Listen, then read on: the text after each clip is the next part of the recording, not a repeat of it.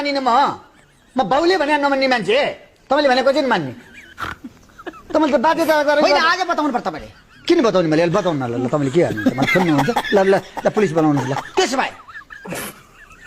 राज समाल भुवन केसी र शिव श्रेष्ठ मध्ये को मनपर्छ तीनजना एकजना भन्छु कलाकारको नाम पास के गर्नु करिश्मा आनन्द पूजा शर्मा र रेखा थापाको मनपर्छ पास किन पास किन यो अनाज तपाईँको कार्यक्रम तपाईँको कार्यक्रम हिट हुन्छ मेरो त रिजिबी रहन्छ होइन बताइदिनुहोस् आज तपाईँको कार्यक्रम चाहिँ हिट हुन्छ मेरो त रिजिबी रहन्छ त्यसो सन्तोष पन्त हरिवंश आचार्य र मदन कृष्ण श्रेष्ठको मनपर्छ तपाईँले पक्कै यसले भन्दै भन्ठानेर सोधिरहनु भएको छ भन्नुहोस् यसले चाहिँ भन्छ है भनेर सोधिरहनु भएको होला होइन नजानु चाहिँ फ्लप गर्नुभयो नि कहाँ म भन्छु तपाईँलाई मन पर्यो मदन कृष्ण श्रेष्ठको हरिवंश आचार्य दुइटै भुवन केसी कि शिव श्रेष्ठ सक्नुहुन्न तपाईँले म भन्नुहोस् न। भन्दै भन्दैन कहाँ भन्छ त्यो करिश्मा आनन्द कि भन्दै भन्दैन मिथिला शर्मा भन्दै भनेर नि यही पनि उतातिर सोध्नेवाला फेरि होइन पुरा हेर्नु हो तपाईँले तपाईँलाई चाहिँ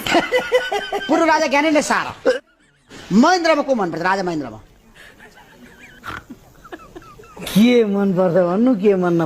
नपर्छ बाउ छोरा होइन अनि मलाई सबै यो पृथ्वीमा भएका सम्पूर्ण प्राणी मनपर्छ रामवरण यादव र विद्यादेवी भण्डारीमा को मनपर्छ दुइटै मनपर्छ गगन थापा र योगेश भट्टराईमा को दुइटै मनपर्छ मनपर्छ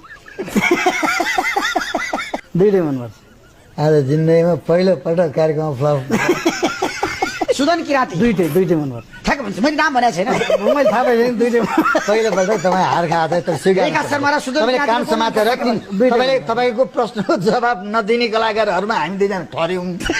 प्रदीप खड्का र अनमोल किसिमको मनपर्छ हिरोमा दुइटै एकजनाको नाम भन्नुहोस्